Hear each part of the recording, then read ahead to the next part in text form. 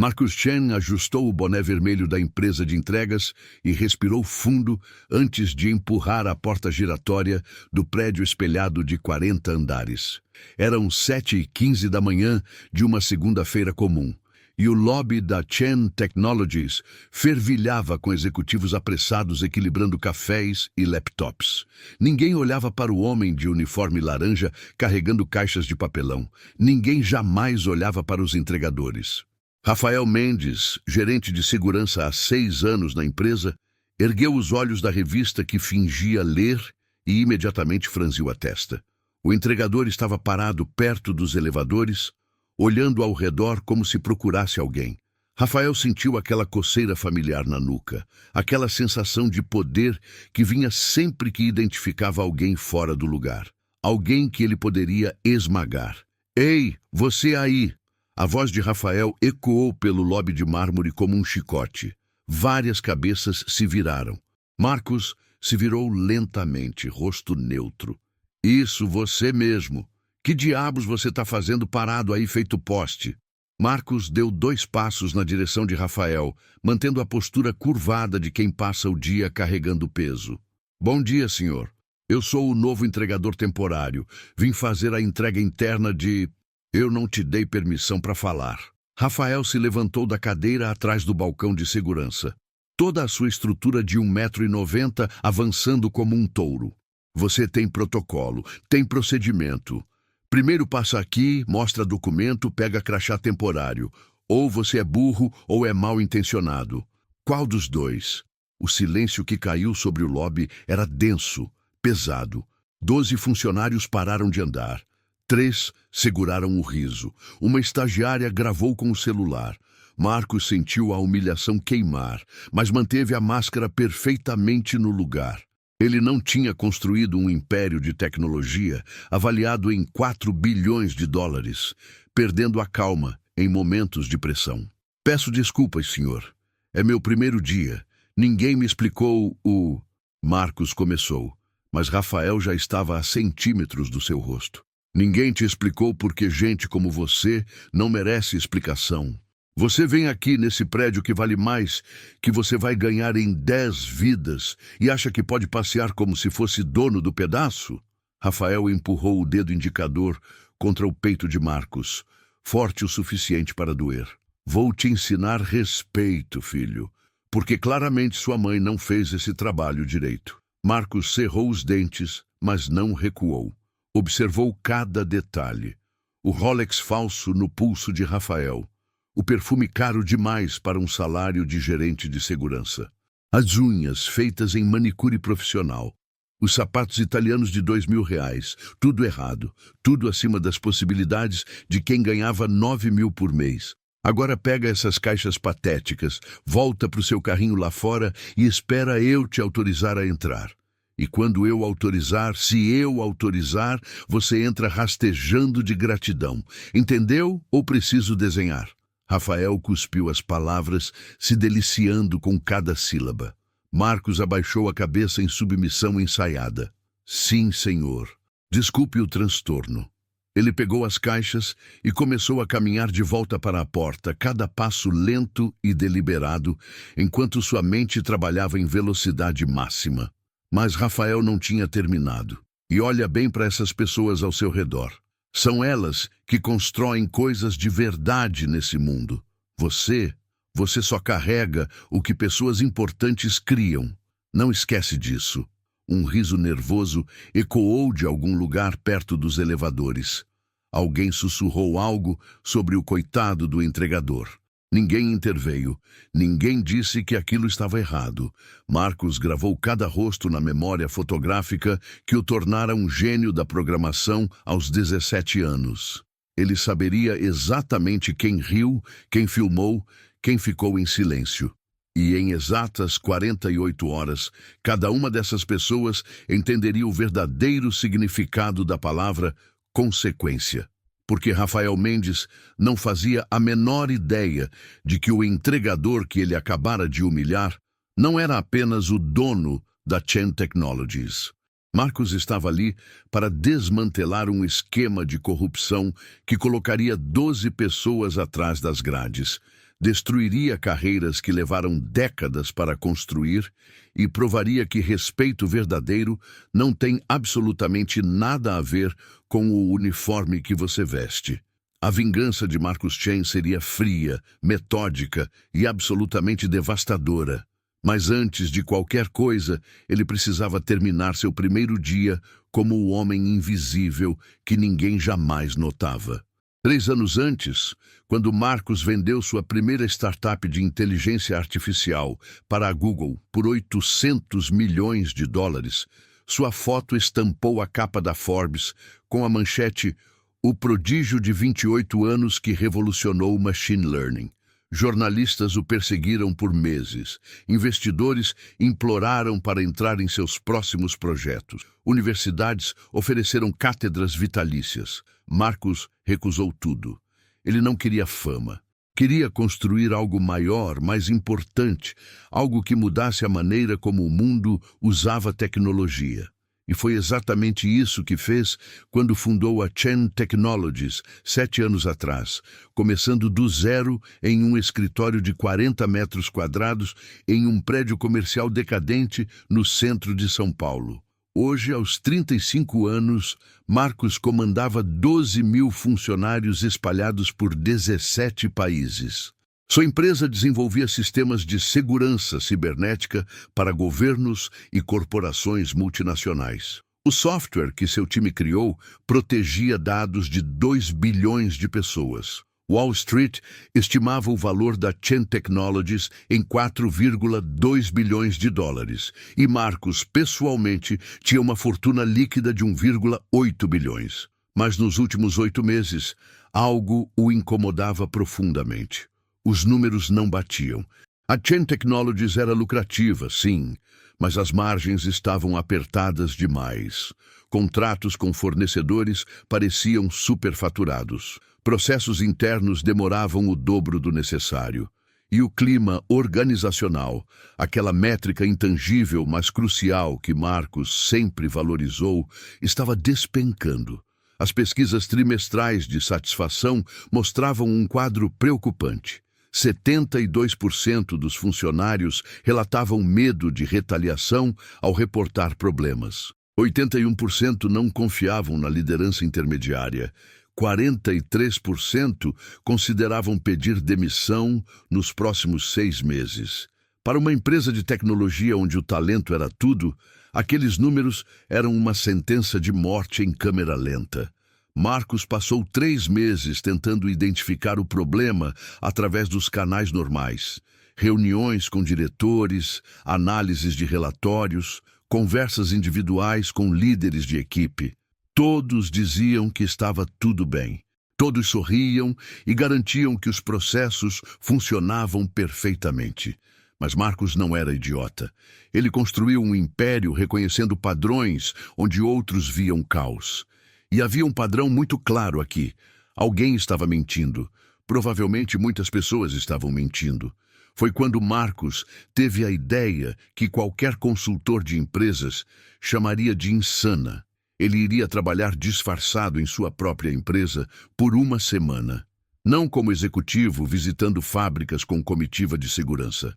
Não como CEO fingindo ser gente como a gente por 2 horas em uma quinta-feira, mas como um verdadeiro funcionário invisível da base da pirâmide, alguém que ninguém prestaria atenção, alguém que poderia observar a verdade sem filtros. Marcus escolheu o trabalho de entregador interno porque era perfeito. Essas pessoas circulavam por todos os departamentos, entravam em todas as salas, estavam presentes em todas as conversas, mas eram completamente invisíveis.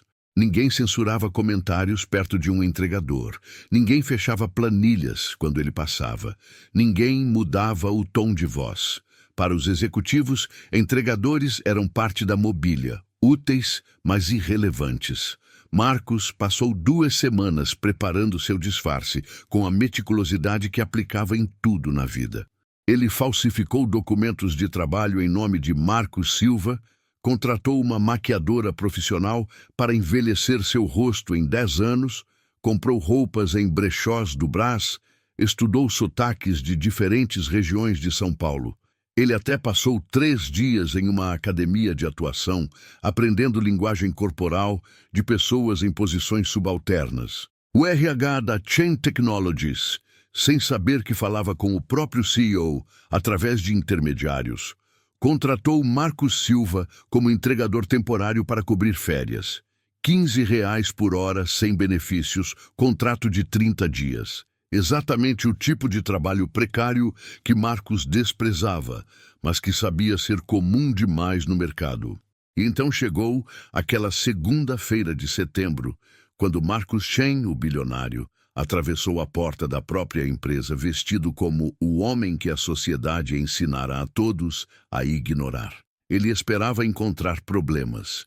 Ele não esperava ser espancado verbalmente nos primeiros 5 minutos. Mas agora, parado na calçada em frente ao prédio, enquanto Rafael ria com outro segurança lá dentro, Marcos sentiu algo que não sentia há anos. Não era raiva. Era clareza absoluta, aquela sensação de quando todas as peças de um quebra-cabeça finalmente se encaixam. Rafael não era apenas um funcionário rude. Rafael era um sintoma. E Marcos estava prestes a diagnosticar a doença inteira. 10 minutos depois, Rafael apareceu na porta e acenou de forma desdenhosa. "Pode entrar agora, seu bosta. E não me faça te chamar de novo." Marcos entrou segurando as caixas, pegou o crachá temporário e começou seu primeiro dia como o homem invisível que estava prestes a ver tudo.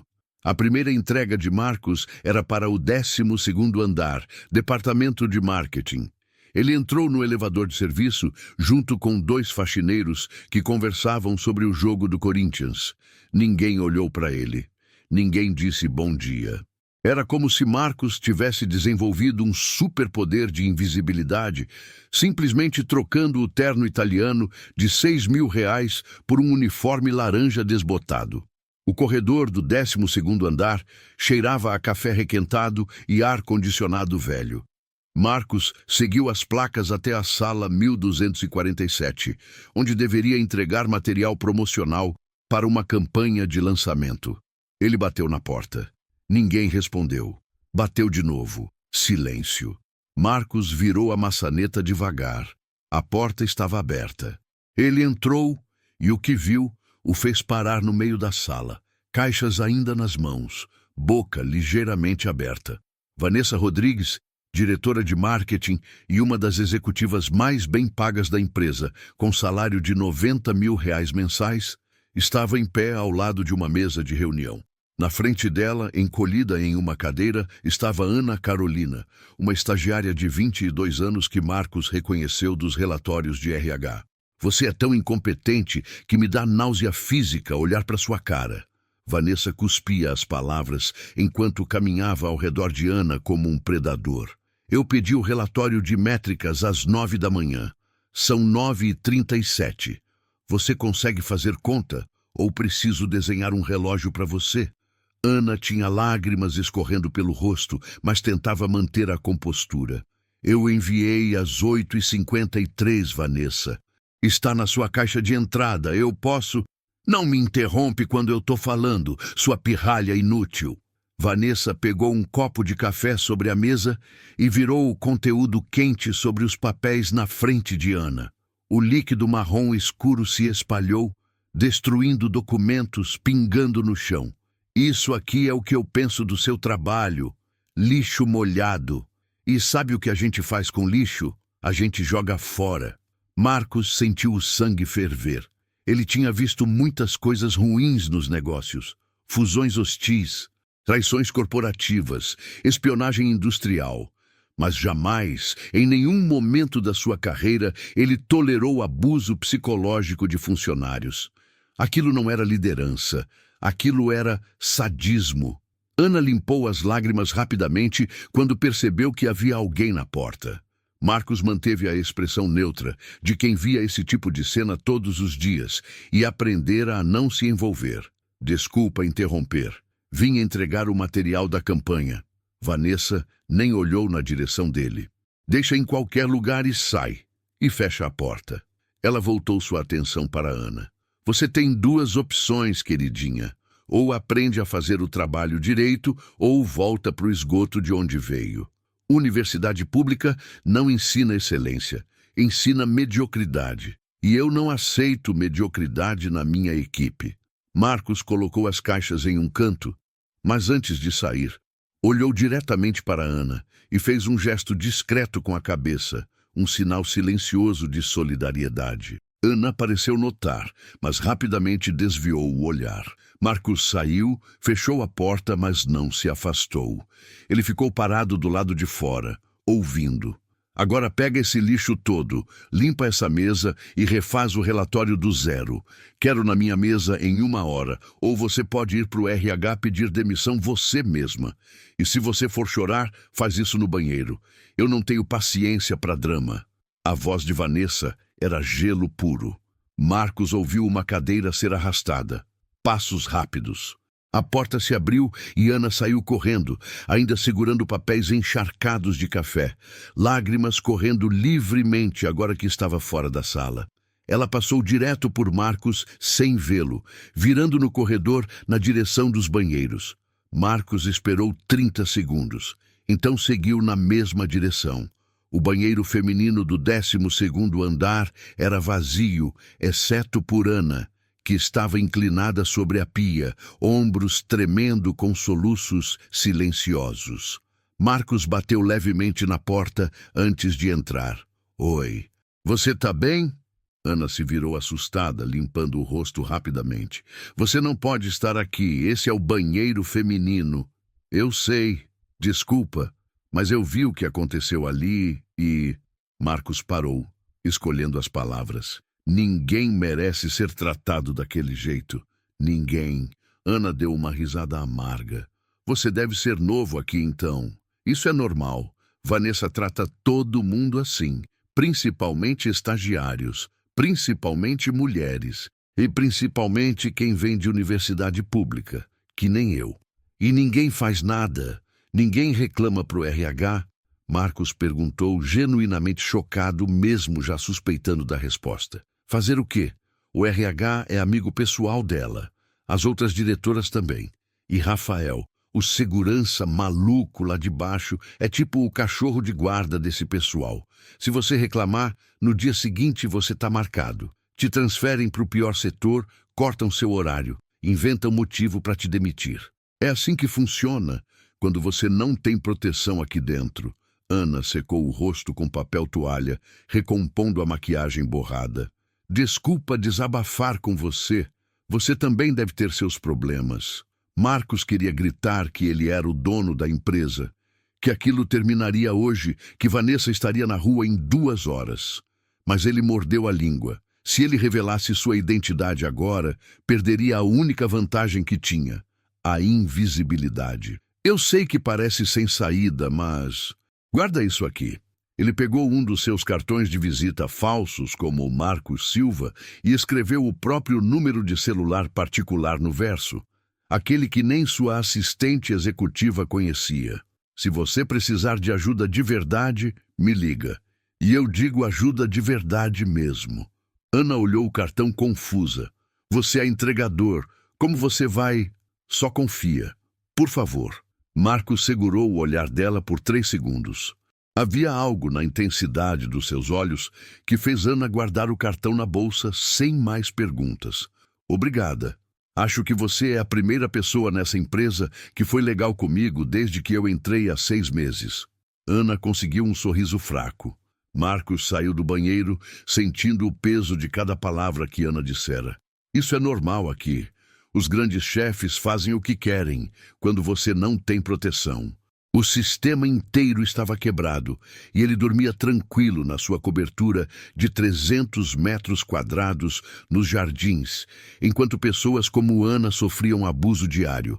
Mas o que Marcos não sabia ainda, o que ele descobriria nas próximas 72 horas, era que o abuso psicológico era apenas a ponta do iceberg. Vanessa e Rafael não eram apenas cruéis, eles eram criminosos. E a rede de corrupção que eles comandavam era tão grande tão sofisticada e tão profundamente enraizada na Chen Technologies que Marcos precisaria de cada grama de inteligência que possuía para desmontá-la sem que eles percebessem até ser tarde demais. A segunda entrega do dia levou Marcos ao 17º andar, departamento financeiro. Ele carregava uma caixa lacrada de documentos que, segundo a ordem de serviço, deveriam ser entregues diretamente para Vanessa Rodrigues.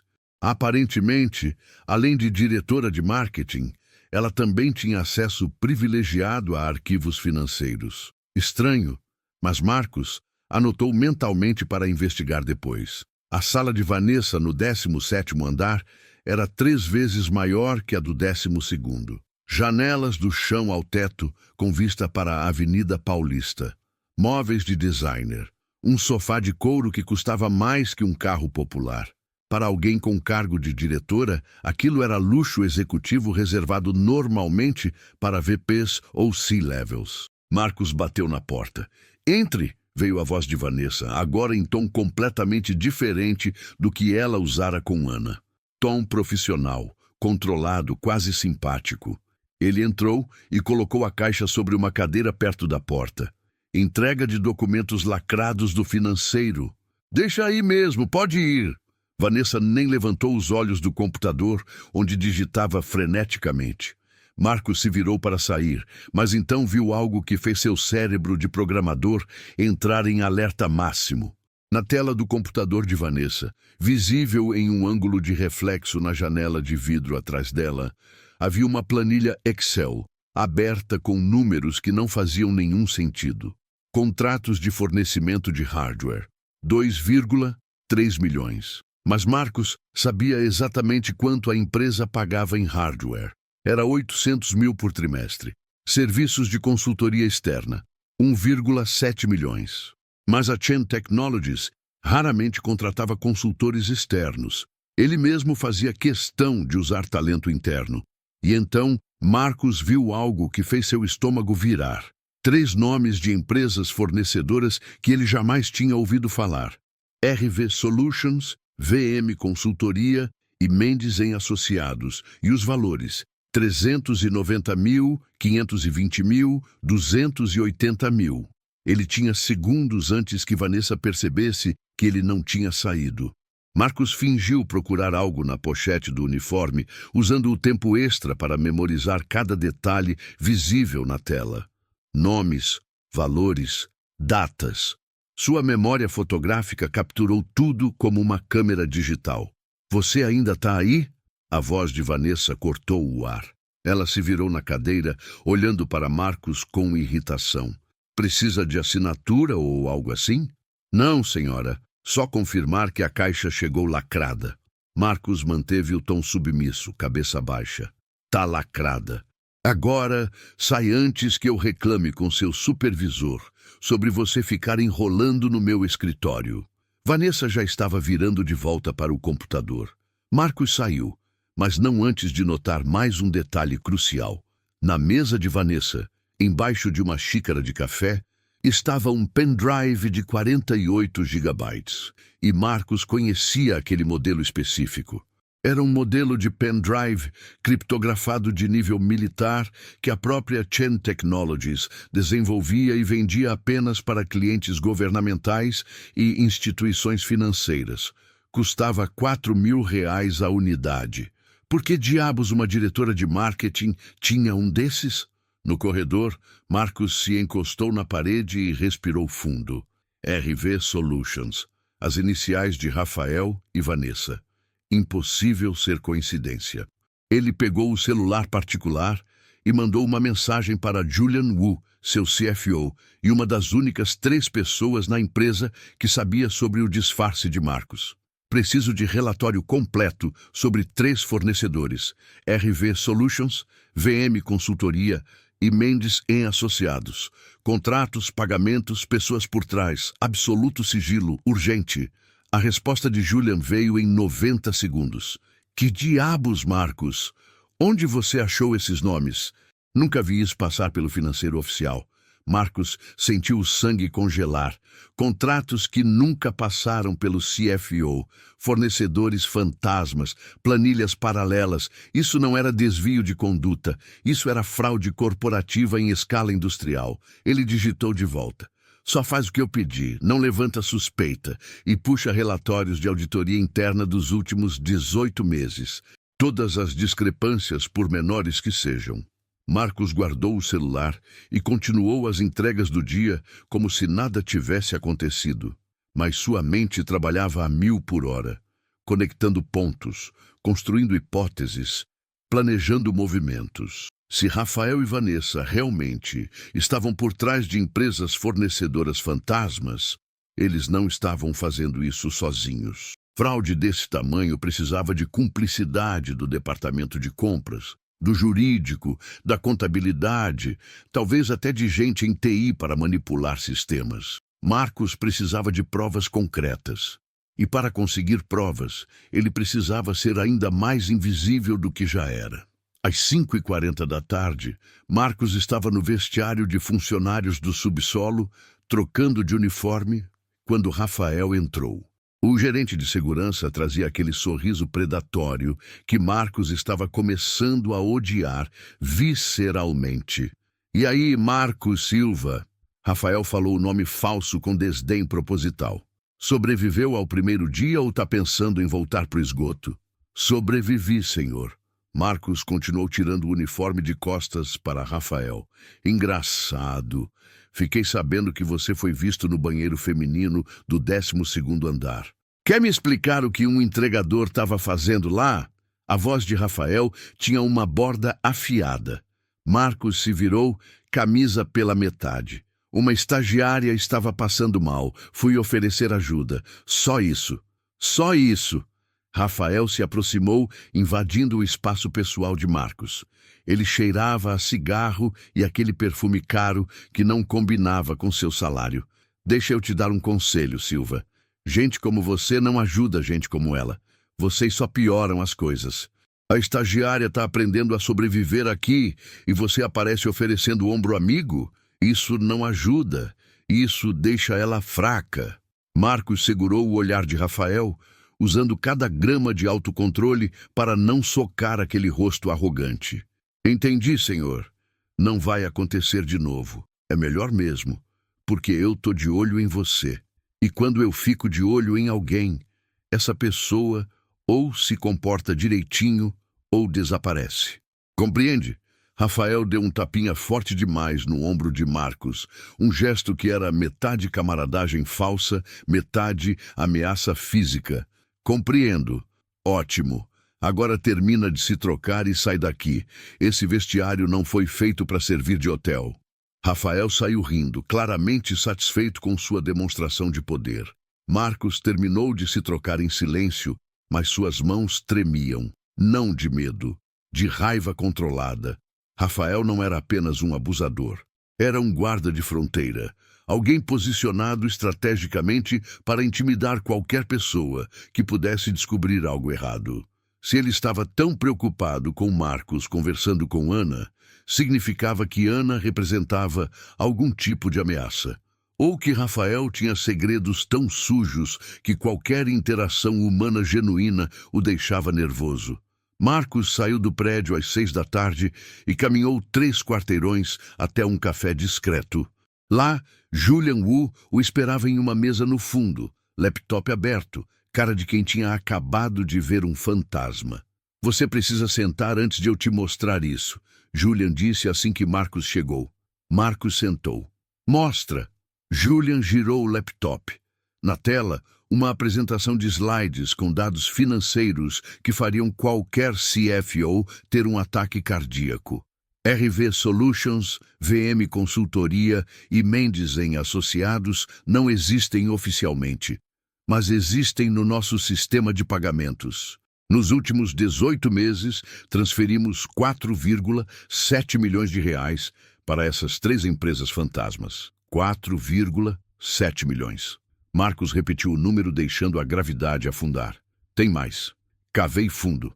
RV Solutions é registrada no nome de um laranja em Cabo Frio.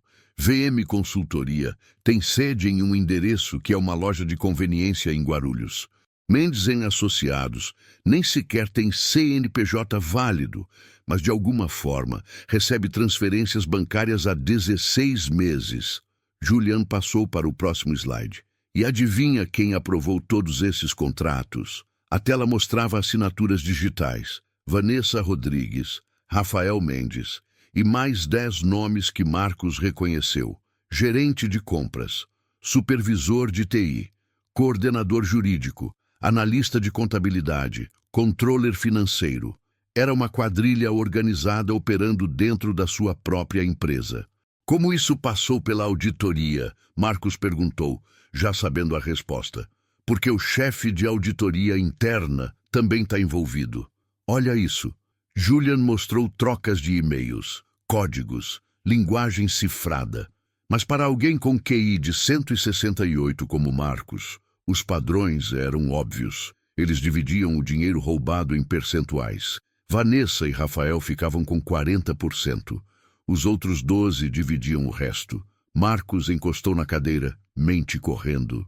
Preciso de acesso físico aos computadores deles. Preciso de conversas gravadas. Preciso de provas que segurem em tribunal. Marcos, isso é perigoso.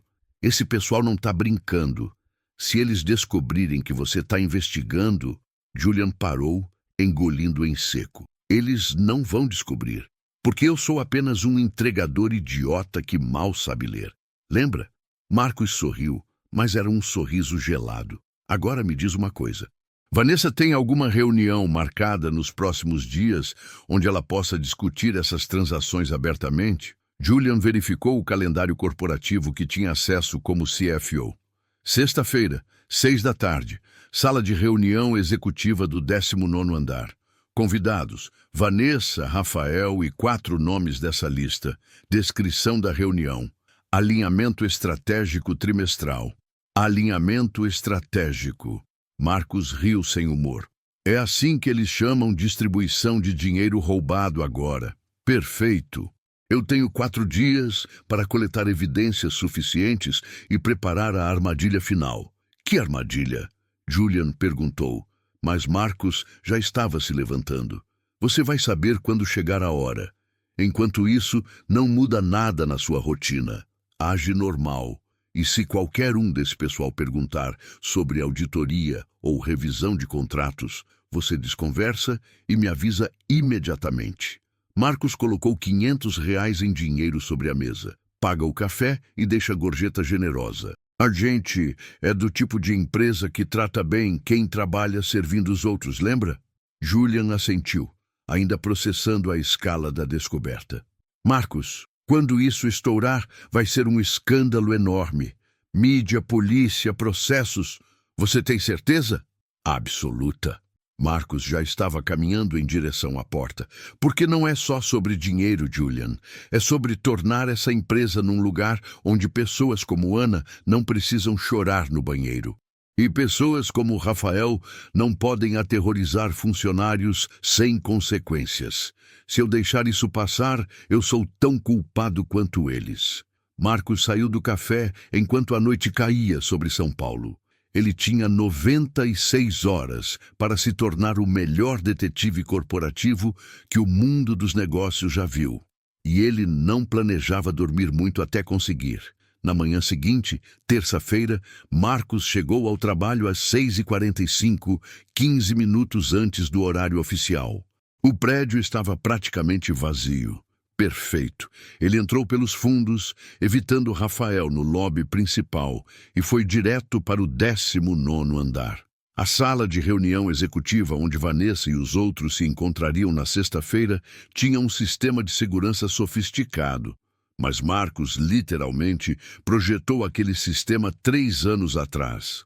Ele sabia exatamente onde as câmeras tinham pontos cegos. Levou 12 minutos para Marcos instalar 3 microfones do tamanho de uma moeda de 10 centavos em locais estratégicos, atrás do quadro na parede, dentro do suporte do projetor e embaixo da mesa de conferência. Microfones profissionais de espionagem industrial que ele comprou em uma loja especializada por R$ 45.000 do próprio bolso. Eles transmitiam áudio em tempo real para um servidor criptografado que só Marcos tinha acesso. Mas instalar os microfones foi a parte fácil. A parte difícil viria nos próximos 3 dias. Marcos precisava se integrar tanto à rotina da empresa que sua presença se tornasse invisível até para as pessoas mais paranoicas. Durante a terça-feira, Marcos fez 23 entregas em 12 andares diferentes. Ele conversou com faxineiras, cumprimentou seguranças, ajudou uma analista de sistemas a carregar caixas de equipamento. Ele se tornou parte da paisagem. Aquele entregador simpático que sempre tinha um sorriso e nunca causava problemas. E enquanto fazia tudo isso, ele observava. Ele notou que Vanessa almoçava todos os dias com Rafael e 2 outros executivos em um restaurante de luxo a 3 quarteirões do escritório. Ele notou que Rafael passava no mínimo 1 hora por dia no subsolo, em uma sala de equipamentos de segurança, onde teoricamente só gravações de câmera eram armazenadas. Ele notou que o gerente de compras, um homem de 52 anos, chamado Paulo Henrique, sempre enviava documentos para aprovação fora do sistema oficial, usando o WhatsApp pessoal. Mas Marcos também notou outras coisas. Ele notou Ana chegando todos os dias às 7 da manhã, 1 hora antes do expediente, porque Vanessa exigia que ela se preparasse adequadamente para o trabalho. Ele notou Pedro Alcântara, um analista de sistemas tímido de 27 anos, ser humilhado publicamente por Rafael no café da manhã porque demorou 5 segundos demais para sair do caminho no corredor. Ele notou Dona Célia, faxineira de 61 anos, trabalhando com dor visível nas costas, porque o plano de saúde da empresa negava fisioterapia para trabalhadores terceirizados. Marcos viu a empresa que ele construiu através dos olhos das pessoas que nunca tiveram voz. E o que ele viu partiu seu coração em pedaços. Na quarta-feira à tarde, Marcos estava entregando suprimentos no departamento de TI quando Pedro se aproximou dele nos corredores. O analista olhou ao redor nervosamente antes de sussurrar. "Posso falar com você 1 minuto? Em particular?" Marcos assentiu e eles foram para uma escada de emergência vazia. Pedro estava suando, mãos tremendo. "Você é o entregador que ajudou a Ana no banheiro, certo? Ela me contou. Disse que você foi a primeira pessoa legal com ela em meses. Só fiz o certo." Marcos manteve o personagem. "É que eu vi algo que não devia ter visto, e não sei o que fazer." Pedro tirou o celular do bolso com mãos tremendo. "Eu trabalho em manutenção de servidores, né? Ontem tive que fazer backup de dados do servidor financeiro, e achei isso." Pedro mostrou a tela. Era uma pasta oculta chamada Projeto Liberdade, com centenas de arquivos. Planilhas, contratos, extratos bancários. Marcos sentiu o coração acelerar. Essa era a evidência física que ele precisava. "Você abriu os arquivos?" Marcos perguntou, mantendo a voz calma. "Alguns.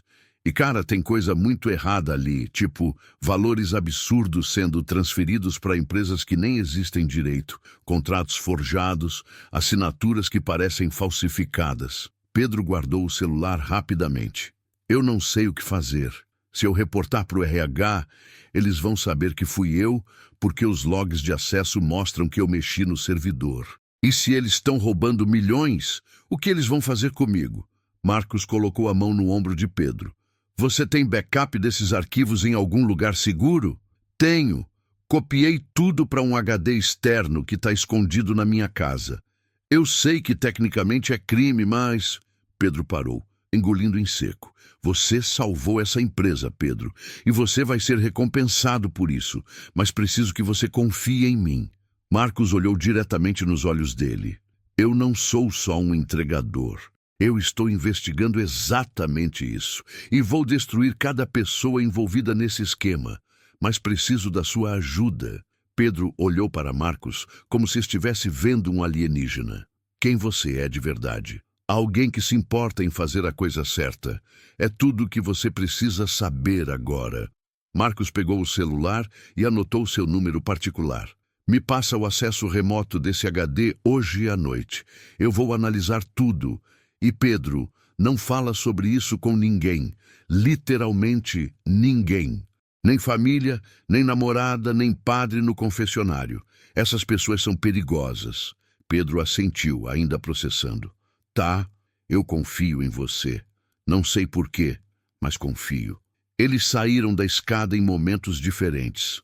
Marcos voltou para suas entregas com o coração batendo tão forte que ele podia ouvir o próprio pulso.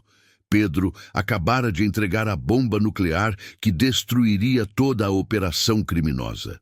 Agora era só questão de tempo. Mas às 4:30 da tarde, algo deu muito errado. Marcos estava no estacionamento subterrâneo, carregando caixas no carrinho de entregas, quando ouviu passos pesados atrás dele. Ele se virou e Rafael estava ali, acompanhado de 2 seguranças que Marcos não reconhecia. O tipo de segurança que não trabalhava em empresas de tecnologia. O tipo que trabalhava em lugares onde perguntas não eram bem-vindas. Marcos Silva.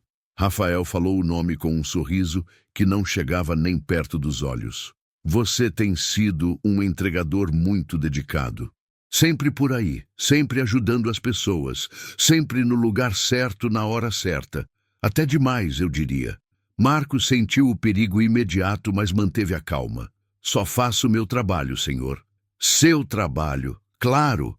Rafael se aproximou, os 2 seguranças flanqueando Marcos dos lados.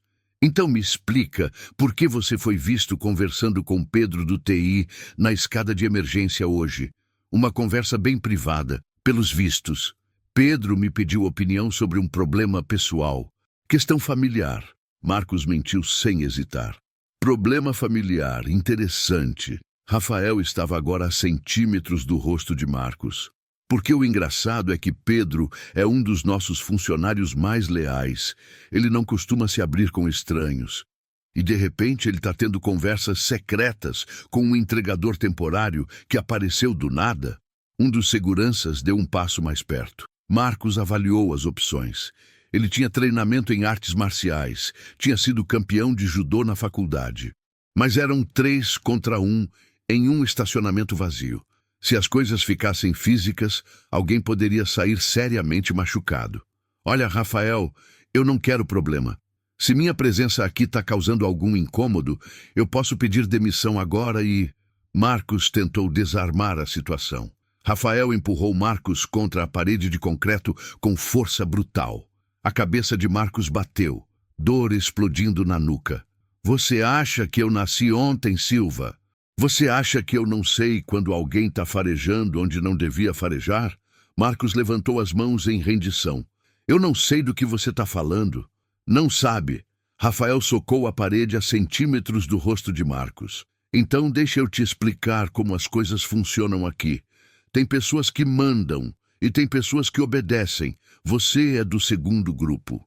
E quando o segundo grupo começa a fazer perguntas, a ter conversas privadas, a aparecer em lugares inconvenientes, eles deixam de ser úteis. E o que a gente faz com o que não é útil? Antes que Marcos pudesse responder, Rafael acertou um soco no estômago dele. Marcos dobrou, sem ar, lutando para não vomitar. A dor era aguda, intensa, real, e pela primeira vez em anos, Marcos sentiu medo genuíno. Isso aqui é um aviso, o único aviso que você vai receber. Rafael segurou Marcos pelos cabelos, forçando ele a olhar para cima. Você tem 2 escolhas. Ou você termina sua semana de trabalho temporário, sendo um entregador exemplar, que não vê nada, não ouve nada e não fala nada. Ou você desaparece. E quando eu digo desaparece, não é metáfora. Rafael soltou Marcos, que caiu de joelhos no chão de concreto. Os 3 homens começaram a se afastar, mas Rafael virou uma última vez. Ah, e se você pensar em ir para a polícia ou fazer alguma gracinha, lembra que a gente tem câmeras em todo lugar. A gente sabe onde você mora, Silva. A gente sabe tudo sobre você. Eles subiram pela escada, deixando Marcos sozinho no estacionamento, dobrando de dor. Ele ficou ali por 5 minutos, respirando devagar, esperando a náusea passar. Então ele fez algo que surpreenderia Rafael se ele soubesse. Marcos sorriu, porque o que Rafael não sabia, o que nenhum deles sabia, era que Marcos tinha gravado tudo. O celular no bolso dele tinha ficado gravando desde o momento que ele ouviu os passos. Agressão física, ameaças explícitas, admissão implícita de atividades criminosas, tudo em áudio cristalino. Marcos se levantou devagar, verificou que nenhuma costela estava quebrada e caminhou até o banheiro do subsolo. Ele lavou o rosto, examinou o roxo que já começava a se formar na barriga e enviou o arquivo de áudio para 3 lugares diferentes. Seu advogado pessoal, Julian Wu, e um servidor criptografado na Suíça. Então, ele voltou para o trabalho como se nada tivesse acontecido, porque Marcus Chen não desistia. Nunca desistiu. E definitivamente não ia deixar um bando de criminosos mediocres o intimidar. Mas agora tinha um problema adicional. Rafael estava desconfiado. O cerco estava se fechando. Marcos tinha menos de 48 horas até a reunião de sexta-feira. Ele precisava acelerar tudo. Naquela noite, às 11 horas, Marcos estava no home office do seu apartamento de luxo, ainda vestido com a roupa de entregador, analisando os arquivos que Pedro enviara. Julian estava do outro lado da mesa. Pedro estava conectado por videochamada segura. E Ana, que Marcos convidou para participar depois de revelar parcialmente sua identidade, estava sentada no sofá, processando a bomba de informações. "Isso é insano!" Ana sussurrou olhando as planilhas na tela. "Eles roubaram quase 5 milhões em 18 meses e ninguém percebeu nada." "Eles eram muito bons escondendo", Julian explicou. Cada transação fraudulenta vinha acompanhada de documentação falsa perfeita. Contratos que pareciam legítimos, notas fiscais que passavam por sistemas de validação, aprovações eletrônicas forjadas. É um sistema sofisticado. Marcos estava focado em uma pasta específica, divisão. Dentro dela, uma planilha detalhada mostrando exatamente como os 4,7 milhões eram distribuídos entre os 12 conspiradores. Vanessa e Rafael ficavam com 42%, 1,9 milhões cada. Os outros 10 dividiam o resto, valores entre 150 mil e 400 mil cada. Mas havia algo mais perturbador. Uma aba da planilha chamada Seguros. Marcos clicou. Era uma lista de funcionários que tinham causado problemas nos últimos 2 anos. 23 nomes. Ao lado de cada nome, uma nota. Demitido, fabricação de justa causa. Transferido, setor sem perspectiva. Afastado, problemas psicológicos inventados. E lá, no meio da lista, Marcos viu o nome que fez seu sangue ferver. Carolina Mendes. Demitida, assédio moral até pedir demissão. Carolina tinha sido uma analista brilhante que Marcos pessoalmente contratou 3 anos atrás. Ela pediu demissão 6 meses depois, alegando ambiente tóxico. Marcos tentou convencê-la a ficar, mas ela recusou, dizendo que não conseguia mais trabalhar ali. Agora ele sabia por quê. Eles sistematicamente destruíram pessoas que desconfiavam do esquema, Marcos disse em voz baixa. Não era só sobre dinheiro, era sobre criar um clima de medo tão absoluto que ninguém nunca questionasse nada. E funcionou. Pedro disse da tela do computador. Eu trabalho lá há 5 anos e nunca tive coragem de reportar as coisas erradas que eu via. Porque eu vi o que aconteceu com pessoas que tentaram. Ana limpou lágrimas discretamente. Então, quando Vanessa me humilhou, não era só porque ela é má. Era estratégia. Ela queria ter certeza que eu ficaria quieta caso eu visse algo errado. Exatamente. Marcos fechou o arquivo e olhou para cada pessoa na sala. Mas agora nós temos tudo o que precisamos. Documentos, áudios, testemunhas. Na sexta-feira, às 6 da tarde, eles vão ter uma reunião para discutir a próxima rodada de pagamentos. Eu vou gravar tudo. E na segunda-feira de manhã, eu vou convocar uma reunião de emergência com todos os funcionários da empresa. E vou explodir esse castelo de cartas na frente de 12 mil pessoas. E a polícia? Julian perguntou. Polícia Federal já está envolvida. Meu advogado passou tudo para eles hoje à tarde. Eles vão estar no prédio segunda-feira para fazer as prisões, mas eu faço questão que seja público. Eu quero que todos os funcionários vejam o que acontece quando você abusa do poder que te foi confiado. Marcos, Ana disse hesitante, você tem certeza que quer se expor dessa forma? Quer dizer, eles literalmente te agrediram hoje. Eles podem ser perigosos. Marcos tocou o roxo na barriga, sentindo a dor latejante. Tenho absoluta certeza. Porque se eu não fizer isso agora, com toda essa evidência, eu vou acordar daqui a 5 anos, descobrindo que o esquema voltou com pessoas diferentes. Essa podridão precisa ser arrancada pela raiz, e precisa ser de forma tão pública, tão devastadora, que ninguém nunca mais pense em fazer algo parecido nessa empresa. Eles trabalharam até às 4 da manhã, organizando todas as evidências, preparando apresentações, coordenando com advogados e Polícia Federal. Quando Marcos finalmente foi dormir, ele sonhou com o rosto de Rafael, percebendo que o entregador idiota era, na verdade, o bilionário que estava prestes a destruir sua vida inteira. Quinta-feira passou em câmera lenta. Marcos continuou fazendo entregas, mas cada interação com Rafael era carregada de tensão. O gerente de segurança o observava constantemente, esperando qualquer deslize. Marcos não deu nenhum. Ele foi o entregador perfeito, pontual, educado, invisível. Mas por dentro, ele estava contando as horas.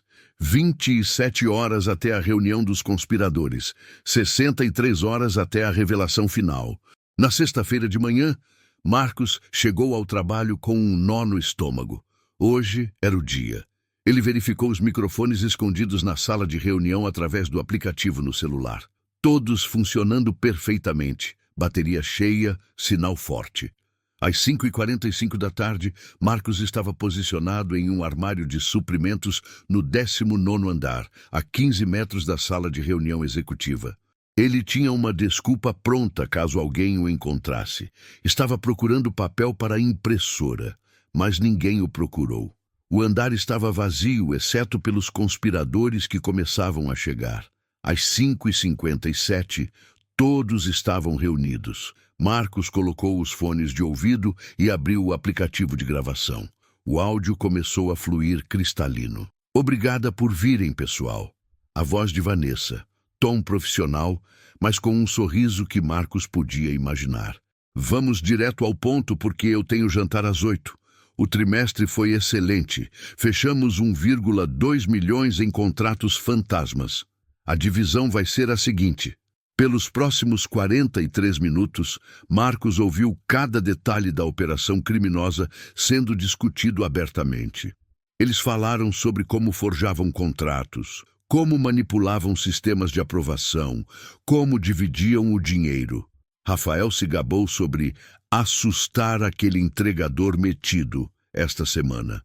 Vanessa riu sobre fazer a estagiária burra chorar de novo. Eles falaram sobre o próximo alvo, um contrato fictício de 2 milhões de reais com uma empresa de consultoria que existia apenas no papel. Eles discutiram como lidar com um auditor externo que estava fazendo perguntas inconvenientes demais. A sugestão de Rafael foi literal.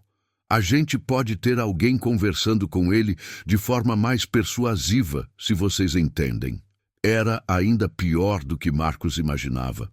Não era só fraude financeira, era intimidação, ameaças implícitas de violência, um sistema inteiro de corrupção e abuso. A reunião terminou às 6h40.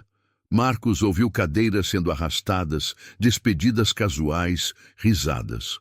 Como se eles tivessem acabado de sair de uma reunião normal de negócios, ao invés de uma conspiração criminosa. Marcos esperou 20 minutos no armário até ter certeza que todos tinham ido embora. Então ele saiu, verificou que o andar estava vazio e foi até a sala de reunião.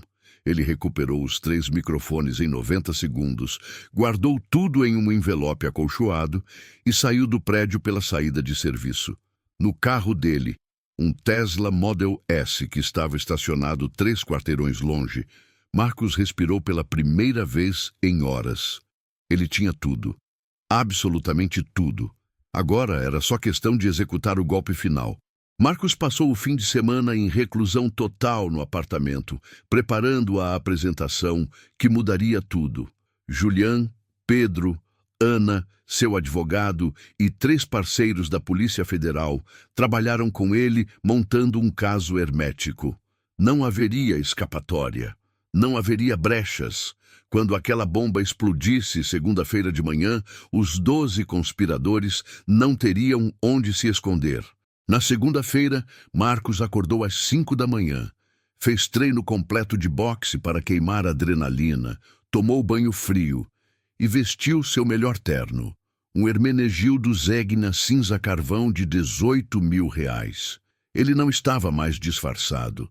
Hoje ele seria Marcus Chen, CEO e fundador da Chen Technologies, e estava prestes a dar a aula mais importante da sua carreira. Às 7h30, Marcos enviou uma convocação emergencial para todos os 12.000 funcionários. Reunião obrigatória no auditório principal às 8 horas. Presença não era opcional. O e-mail não dava detalhes. Apenas dizia que era uma questão crítica que afetava o futuro da empresa. Às 7h45, 3 vans da Polícia Federal estacionaram discretamente no subsolo do prédio. 12 agentes entraram pelo acesso de serviço e se posicionaram estrategicamente nas saídas do auditório. Ninguém sairia sem autorização. Às 7h58, o auditório estava lotado. 12.000 funcionários, mais 72 remotos conectados por vídeo, todos sussurrando teorias sobre o que poderia ser tão urgente. Rafael e Vanessa entraram juntos, confiantes, sem a menor ideia do que estava prestes a acontecer. Eles se sentaram na primeira fila, área VIP reservada para executivos. Às 8 em ponto, as luzes do auditório diminuíram. Um único spot iluminou o palco. Então Marcus Chen subiu. O silêncio foi instantâneo e absoluto.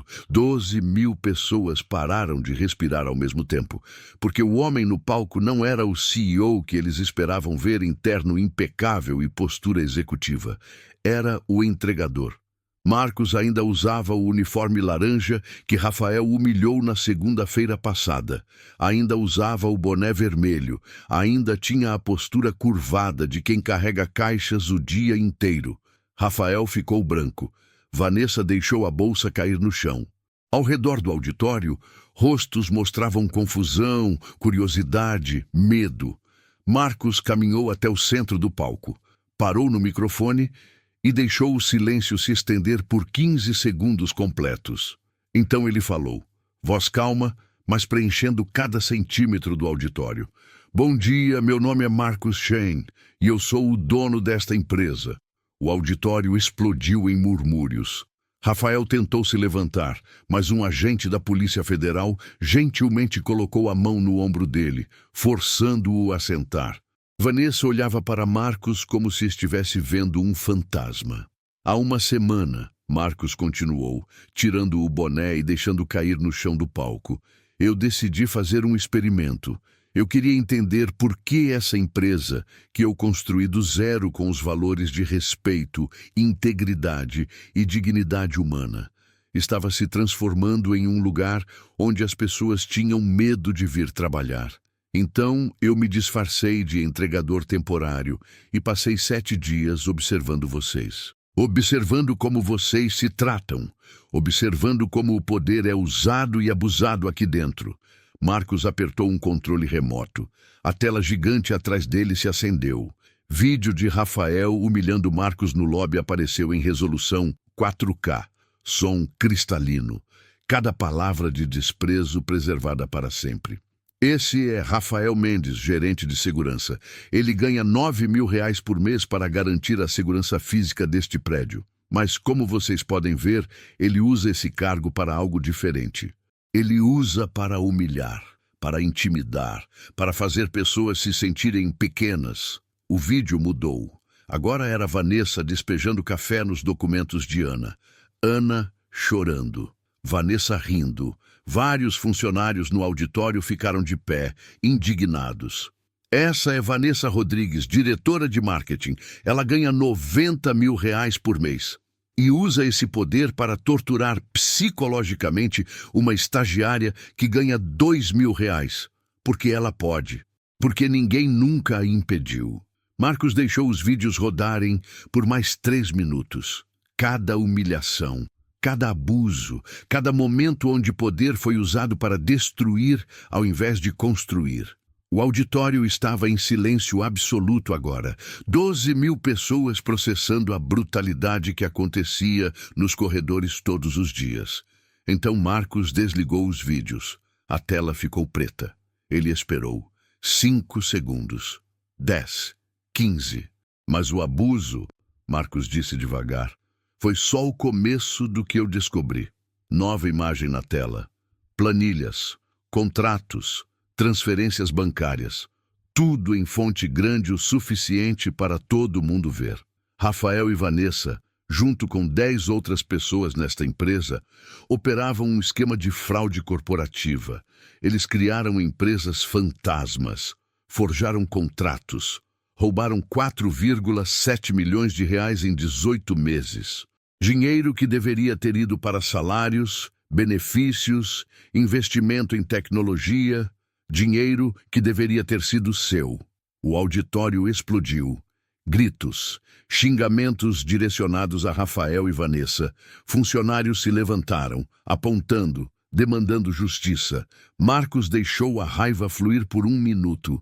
Então ele levantou a mão, pedindo silêncio. A multidão obedeceu, mas a temperatura no auditório tinha mudado. Tinha passado de confusão para fúria absoluta. Durante a semana que passei disfarçado, Marcos continuou, vocês me revelaram quem vocês realmente são quando pensam que estão falando com alguém sem poder. E eu vi coisas maravilhosas. Eu vi Ana ajudando um colega estagiário às 11 da noite, mesmo depois de ser humilhada o dia inteiro. Eu vi Pedro do TI arriscando sua segurança para expor corrupção. Eu vi Dona Célia, nossa faxineira, trabalhando com dor porque ela precisa do emprego para pagar tratamento do marido doente. A câmera focou em Ana, Pedro e Dona Célia no auditório. As 3 pessoas pareciam chocadas de serem mencionadas. Mas eu também vi vocês, Marcos apontou para a plateia, que riram quando Rafael me humilhou. Vocês que filmaram, vocês que ficaram em silêncio quando presenciaram abuso. Vocês que escolheram conveniência ao invés de coragem. O desconforto no auditório era tangível agora. Pessoas desviavam o olhar. Alguns até olharam para os próprios celulares, sabendo que tinham gravações da humilhação inicial. Eu não vou demitir vocês, Marcos disse. Mas quero que vocês entendam algo fundamental. A partir de hoje, covardia moral não é mais tolerada na Chain Technologies. Presenciar abuso e não fazer nada é cumplicidade. E cumplicidade não tem lugar aqui. Marcos apertou o controle novamente. Áudio da reunião de sexta-feira começou a tocar. As vozes de Vanessa e Rafael discutindo como dividir dinheiro roubado, como intimidar funcionários, como lidar com o auditor problemático. Vanessa começou a chorar. Rafael tentou se levantar de novo, mas desta vez 3 agentes da Polícia Federal se aproximaram.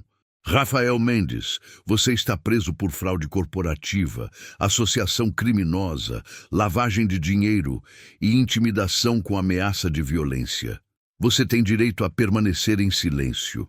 As algemas brilharam sob as luzes do auditório. 12 mil pessoas assistiram em silêncio absoluto enquanto Rafael, o homem que aterrorizou tantos deles, era algemado e escoltado para fora do auditório. Sua postura estava completamente diferente agora. Ombros caídos, cabeça baixa. O predador tinha se tornado presa. Vanessa foi a próxima. Então Paulo Henrique de compras. Então o chefe de auditoria. Um por um, os 12 conspiradores foram presos em frente a todos os funcionários da empresa. Não havia como esconder. Não havia como fingir que não aconteceu. A justiça era pública, brutal e absoluta. Quando o último conspirador foi retirado, Marcos voltou ao microfone. Ele tinha lágrimas nos olhos agora, a emoção da semana finalmente o alcançando. Eu construí esta empresa porque eu acreditava que tecnologia poderia mudar o mundo. Mas tecnologia não muda nada se as pessoas por trás dela são corruptas. Se as pessoas com poder o usam para destruir ao invés de construir. Se nós esquecemos que respeito não é sobre cargo na hierarquia, é sobre caráter. Marcos olhou diretamente para a câmera, transmitindo para os funcionários remotos. Rafael me perguntou no primeiro dia se eu era burro ou mal intencionado. Ele não percebeu que havia uma terceira opção. Eu era alguém que se importava o suficiente para ver a verdade. E a verdade era muito mais feia do que eu imaginava. Mas também era muito mais bonita. Marcos sorriu pela primeira vez. Porque eu vi vocês, as pessoas comuns que aparecem todos os dias, fazem seu trabalho com dignidade, tratam os outros com respeito, mesmo quando ninguém está olhando. Vocês são o coração desta empresa, não os executivos, não os gerentes. Vocês, Marcos apontou para Ana. Ana Carolina, você é promovida a coordenadora de RH a partir de hoje. Seu salário é R$60 mil. Sua missão é criar um ambiente onde nenhum estagiário nunca mais chore no banheiro. Ana colocou as mãos no rosto, chorando. Pedro Alcântara, você é o novo gerente de compliance e segurança de dados. Salário R$45 mil. Você vai supervisionar pessoalmente toda a auditoria interna e vai ter acesso direto a mim se alguma coisa parecer errada. Pedro não conseguiu falar. Apenas acenou com a cabeça. Dona Célia, eu sei que você trabalha terceirizada. Não mais. Você é efetivada hoje como coordenadora de serviços gerais. Salário R$12 mil. Plano de saúde completo incluindo fisioterapia. E bolsa integral de faculdade para seu filho na universidade que ele escolher. Dona Célia começou a chorar tão alto que o auditório inteiro ouviu. Várias pessoas ao redor dela a abraçaram. Os 4,7 milhões roubados foram recuperados. Marcos continuou. Esse dinheiro vai ser distribuído em 3 partes. 1/3 vai para fundo de bônus de todos os funcionários, nível entrada e médio. 1/3 vai para programas de desenvolvimento e benefícios. E 1/3 vai para um fundo de emergência para funcionários em dificuldade financeira. Aplausos começaram a ecoar. Começou com uma pessoa. Depois 10, depois 100. Em 30 segundos, 12 mil pessoas estavam de pé aplaudindo. O som era ensurdecedor, emocional, catártico. Marcos deixou os aplausos continuarem por 2 minutos completos. Então, ele levantou a mão pedindo silêncio mais uma vez. Eu tenho uma última coisa para dizer, e essa é a mais importante. Marcos tirou o uniforme de entregador, ficando apenas de camiseta branca por baixo. Durante 7 dias, vocês me trataram baseados no que vocês pensavam que eu era. Alguns de vocês foram gentis, muitos de vocês me ignoraram, alguns de vocês foram cruéis. E todas essas reações disseram muito mais sobre vocês do que sobre mim. Respeito verdadeiro não é sobre posição. É sobre reconhecer humanidade em cada pessoa que você encontra. É sobre tratar o entregador, a faxineira, o estagiário com a mesma dignidade que você trata o CEO. Porque no final, todos nós somos apenas pessoas tentando sobreviver, tentando fazer um trabalho decente, tentando voltar para casa à noite e olhar no espelho sem vergonha. Marcos fez uma pausa, deixando as palavras afundarem. Rafael e Vanessa não destruíram as próprias vidas porque roubaram dinheiro. Eles destruíram porque mostraram que sempre foram capazes de humilhar qualquer um que considerassem inferior. O dinheiro foi só consequência de um caráter já quebrado. E essa, meus amigos, é a diferença entre autoridade temporária e respeito verdadeiro. Autoridade você ganha com um cargo. Respeito você ganha com ações. Um pode ser tirado em 1 segundo, o outro dura uma vida inteira. Marcos olhou ao redor do auditório, fazendo contato visual com centenas de pessoas. Então eu pergunto a cada um de vocês, quando vocês acharem que estão falando com alguém sem poder, como vocês vão escolher agir? porque essa escolha define quem vocês realmente são. O silêncio que caiu era diferente agora. Não era medo, era reflexão. 12.000 pessoas confrontando suas próprias escolhas, seus próprios momentos de covardia ou coragem. A Chen Technologies não vai mais ser um lugar onde poder é usado para destruir. Vai ser um lugar onde poder é usado para construir. Onde liderança significa servir, não dominar. Onde respeito é dado a todos, não apenas aos que podem retribuir. Marcos pegou o uniforme do chão e segurou ele alto. E se algum dia eu esquecer essa lição, eu vou vestir esse uniforme de novo e vir trabalhar com vocês. Porque vocês me mantêm honesto. Vocês me lembram por que eu faço isso. Marcos colocou o uniforme sobre o ombro e começou a andar em direção à saída do palco. Mas antes de sair, ele se virou uma última vez. E para quem filmou minha humilhação no primeiro dia e colocou nas redes sociais achando engraçado, espero que vocês assistam esse vídeo de novo e pensem sobre que tipo de pessoa vocês querem ser. Porque eu te garanto, Rafael também achava engraçado até as algemas clicarem. Marcos saiu do palco. O auditório permaneceu em silêncio por 15 segundos. Então alguém gritou: "Obrigado, Marcos!" Outra voz: "A gente não vai te decepcionar."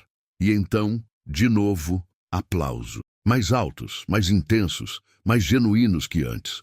3 meses depois, a história da Chen Technologies tinha se espalhado por toda a indústria de tecnologia. A TechCrunch publicou um artigo de capa.